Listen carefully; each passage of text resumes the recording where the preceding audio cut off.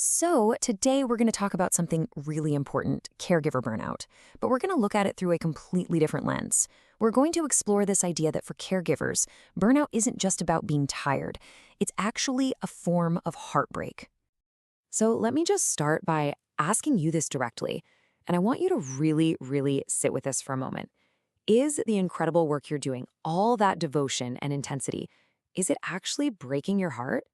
It's a heavy question, I know, but it's such an important one. Now, to even begin to answer that, we have to kind of throw out our old ideas of what heartbreak even means. This isn't about romantic movies or sad songs. What we're talking about here is something way different and honestly a lot more complex. For a caregiver, heartbreak is really the cumulative weight of everything. It's the loss, the constant overwhelm, that feeling of being disconnected from your own life. It's that relentless, grinding feeling of having all this responsibility on your shoulders while feeling so deeply undersupported. It's the ache you feel, and it all adds up. And this, right here, this is a trap that is so easy to fall into, isn't it? We just keep pushing, we put on a brave face, and we normalize this state of just complete and utter exhaustion. We even call it strength.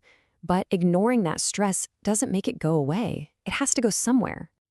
And that's the crucial part. All of that emotional weight, it isn't just in your head. It actually builds up, and it shows up in our bodies. So let's take a look at the very real, physical toll this kind of heartbreak can take. And how does it show up? Well, it can look like a lot of different things. We're talking about that constant hum of anxiety or depression, that brain fog where you just can't seem to think straight. It can be gut issues, immune problems, that chronic tension in your neck and shoulders that never seems to go away. High blood pressure, not being able to sleep. It's real physical stuff. And listen to this quote because it just illustrates the connection so perfectly. It's from a woman with breast cancer, and she said, "I know when this started. It was the years of intense heartbreak when my daughter was in crisis. The stress of that time set this up in my body." Wow, the body truly does remember what the mind tries to push through. So let's use a metaphor here to kind of wrap our heads around this.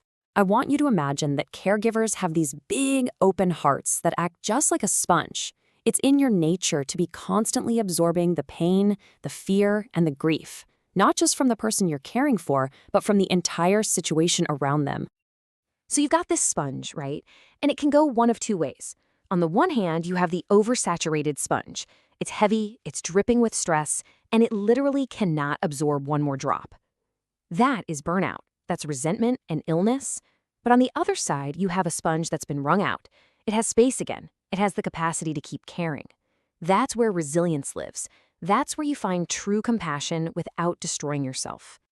Okay, so the big question is, how do we actually do that? How do we wring out the sponge, especially when you feel like you don't have a single drop of energy left? Well, let's look at a few simple, really powerful techniques you can start using today. All right, first up, a 60-second reset for your nervous system. You can do this anytime, anywhere. You just breathe in through your nose for a count of 4, and then you exhale slowly through your mouth for a count of 6. That longer exhale is key.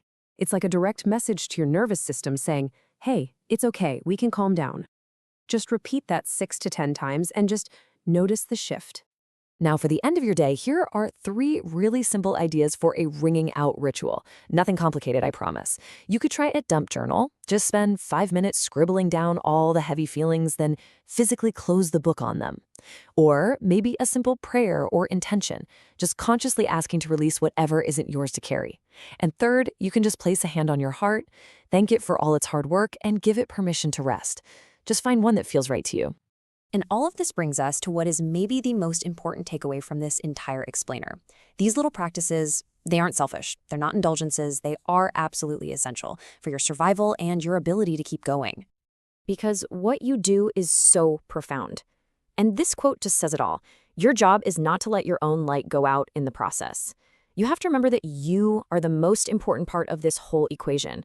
If you burn out, the whole system can fall apart. Taking care of yourself is not optional. So let's end with a simple truth, a mantra for you to carry with you. Right now, I want you to say this to yourself, either out loud or just in your head. My heart matters. My healing matters. Because your worth is not defined by what you do for other people. It's defined by the simple, powerful fact of who you are. and you are always, always worthy of care.